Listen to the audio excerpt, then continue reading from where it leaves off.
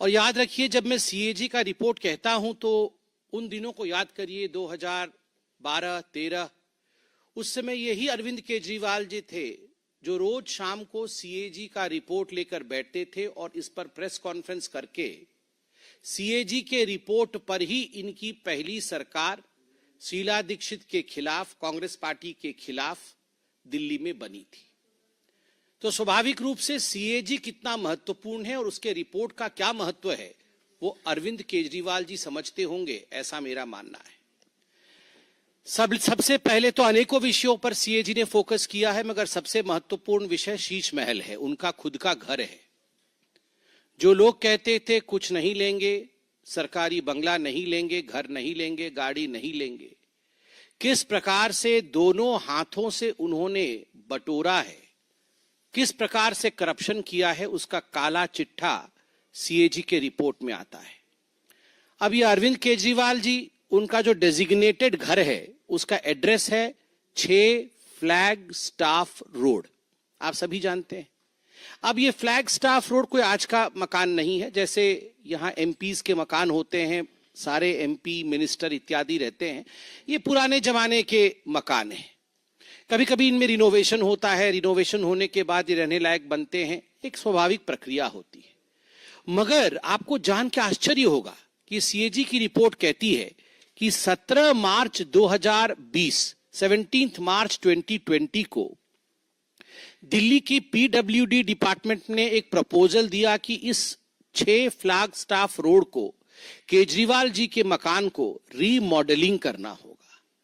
और ये रीमॉडलिंग कोई छोटा मोटा काम नहीं होगा, ये पूरा डेमोलिश करके, एक सिंगल स्टोरी बिल्डिंग थी ये, उसको पूरा डेमोलिश करना होगा और उसके ऊपर एक एडिशनल स्टोरी बिल्डिंग बना करके एक और मंजिल ऐड करना होगा और बड़े रूप से इस मकान को बनाना होगा। और ये प्रपोजल दिया 17 मार्च 2020 को पीडब्ल्यूडी डिपार्टमेंट ने, और एक दिन के अंदर ही इस प्रपोजल को मान लिया गया। विश्व में मुझे लगता है कहीं भी ऐसा नहीं हुआ होगा कि प्रपोजल आज दिया गया और आज ही मान लिया गया है, तुरंत मान लिया गया। अब मान लिया गया तो क्या हुआ, तो एस्टिमेशन होती है, कोई बिल्डिंग बनेगा, उसको तोड़ा जाएगा, नई बिल्डिंग बनेगी, तो एक एस्टिमेटेड कॉस्ट निकालना पड़ता है कि इतना खर्चा होगा। तो एक एस्टिमेशन उसका निकाला गया कि कितना एस्टिमेटेड कॉस्ट है। तो आपको बता दूं, एस्टिमेटेड कॉस्ट है 7 करोड़ 61 लाख रुपए, 7 करोड़ 61 लाख रुपए का एस्टिमेशन बना कि इतने में अरविंद केजरीवाल जी की हवेली बन जाएगी। मगर बाद में टेंडर प्रोसेस होता है, एक तो एस्टिमेटेड कॉस्ट होता है, उसके बाद सरकार टेंडर निकालती है। तो टेंडर निकाला गया तो टेंडर का कॉस्ट 8 करोड़ 62 लाख रुपए का निकला। मतलब एस्टिमेटेड कॉस्ट 7 करोड़ का हुआ और जब टेंडर निकला तो वो 8 करोड़ 62 लाख का निकाला गया। उसी में ही पहले में ही घोटाला हो गया।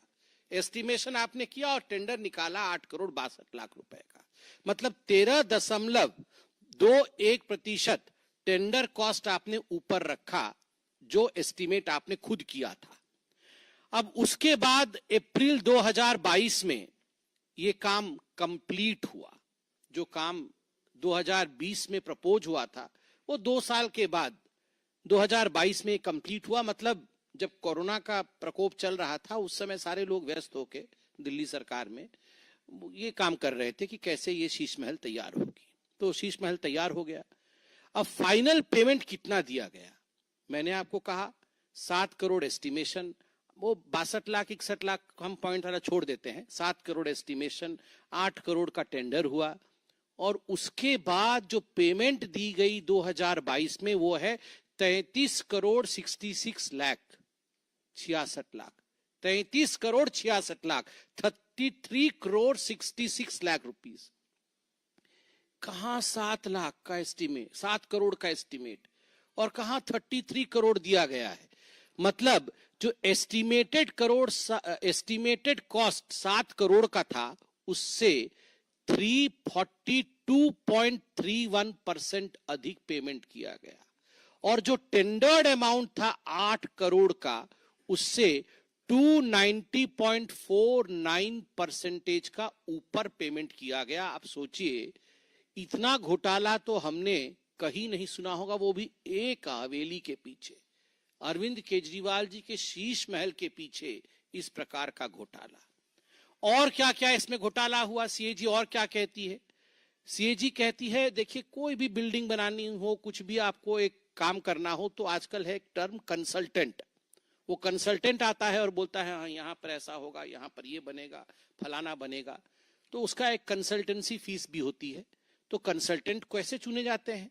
सरकार में एक प्रक्रिया होती है, एडवर्टाइजमेंट होता है, और केजरीवाल जी तो वो जो एक डबल एक्सेल शर्ट पहन के एक रेनॉल्ड का पेन लगा के एडवर्टाइजमेंट करने में नंबर 1 है, अपना एडवर्टाइजमेंट करने में नंबर 1 है, मगर कंसल्टेंट के लिए कि उनका शीश महल कौन बनाएगा, उसका कंसल्टेंट के लिए एक भी एडवर्टाइजमेंट नहीं किया। कैसे हुआ फिर? स्पॉट कोटेशन, मतलब वहीं खड़े हो गए और कौन कौन बनाएगा, कौन बनाएगा, जरा कंसल्टेंट कौन होगा, आओ। मतलब जैसे गेट पे ही खड़े थे वो कंसल्टेंट। पहले से 3 लोगों को बोल रखा था कि तुम तीनों आ जाना, हम तुमको दे देंगे।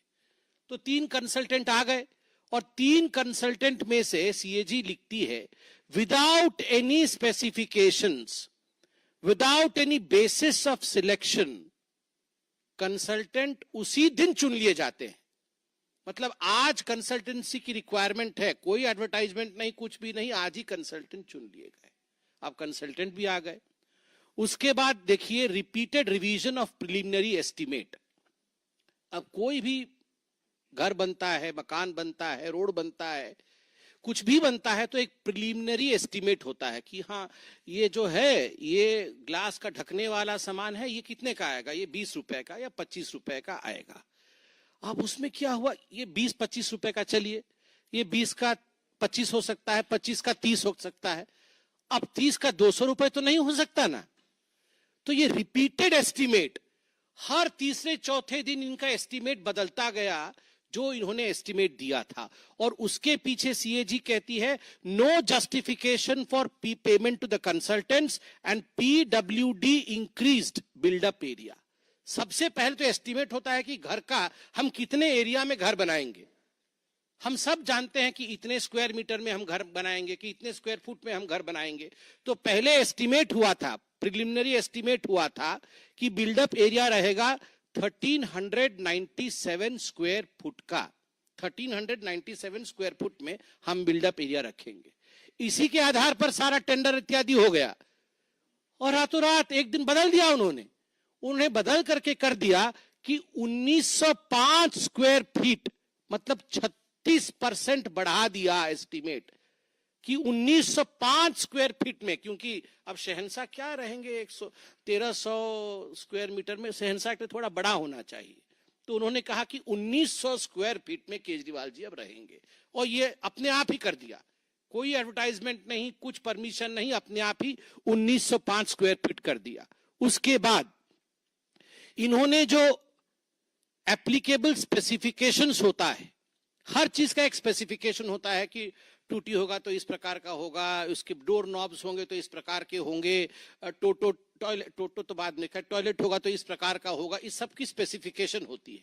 इस सब स्पेसिफिकेशन का इन्होंने अल्टरेशन किया, सबको बाद में बदला, बाद में पहले कुछ और लिखा, बाद में उसमें ऐड कर दिया और स्पेसिफिकेशन को बदल दिया, जिससे कि पीडब्ल्यूडी को अपने प्रिलिमिनरी एस्टिमेट को 4 बार बदलना पड़ा, 4 बार बदलना पड़ा।